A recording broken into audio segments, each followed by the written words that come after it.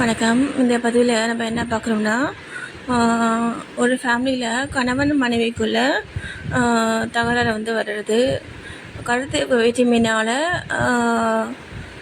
Problems வர்றது சரிங்களா. இதை எப்படி நம்ம சரி பண்ணிக்கலாம் அப்படின்ட்டு நம்ம பார்க்கும் பொழுது, கருத்து வேற்றுமையினால் ப்ராப்ளம்ஸ் வருதுன்னா என்ன அர்த்தம்? அவங்களுக்கு தெரிஞ்சது அவ்வளோதான் இல்லையா.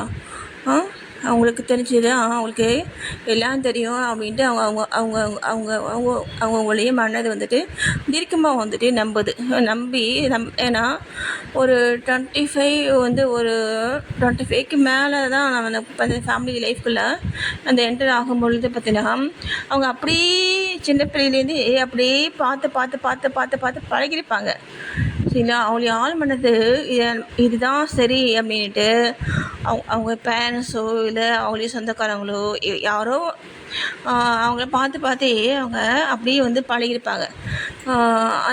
அந்த மாதிரி சூழ்நிலை தான் இந்த அப்போ வெவ்வேறு சூழ்நிலையில் வாழ்ந்தவங்க தான் பார்த்திங்கன்னா இது ஒன்றா அந்த ஒரு ஃபேமிலி லைஃப்குள்ளே ஜாயின் ஆகும் பொழுது அந்த கருத்து வேற்றுமை அவங்களுக்கு உண்டாகுது.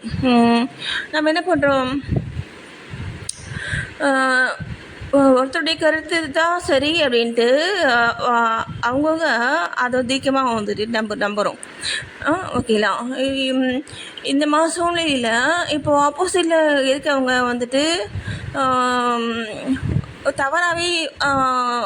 தவறாகவே இப்போ எப்பயுமே செயல்படுறாங்க. இப்போது நீங்கள் சொல்லியும் அவங்க கேட்கல.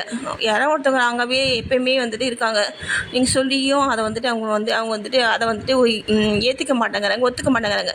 ஒத்துக்காத சூழ்நிலையில் அவங்க என்ன பண்ணுவாங்கன்னா, இது நீங்கள் வேறு யார் மூலமாக நீங்கள் தீர்வு நீங்கள் கொண்டு வந்தாலும் அந்த தற்காலிக தீர்வு தான் உங்களுக்கு கிடைக்குமே தவிர நிரந்தர தீர்வு கிடைக்காது சரிங்களா. ஏன்னா மாற்ற முடியாது, திருத்த முடியாது. அவங்க தலைவிதி அவ்வளோதான் சரிங்களா. அவங்க என்ன பண்ணுவாங்கன்னா அச்சீவ் பண்ணுவாங்க ஓகேங்களா, நடிப்பாங்க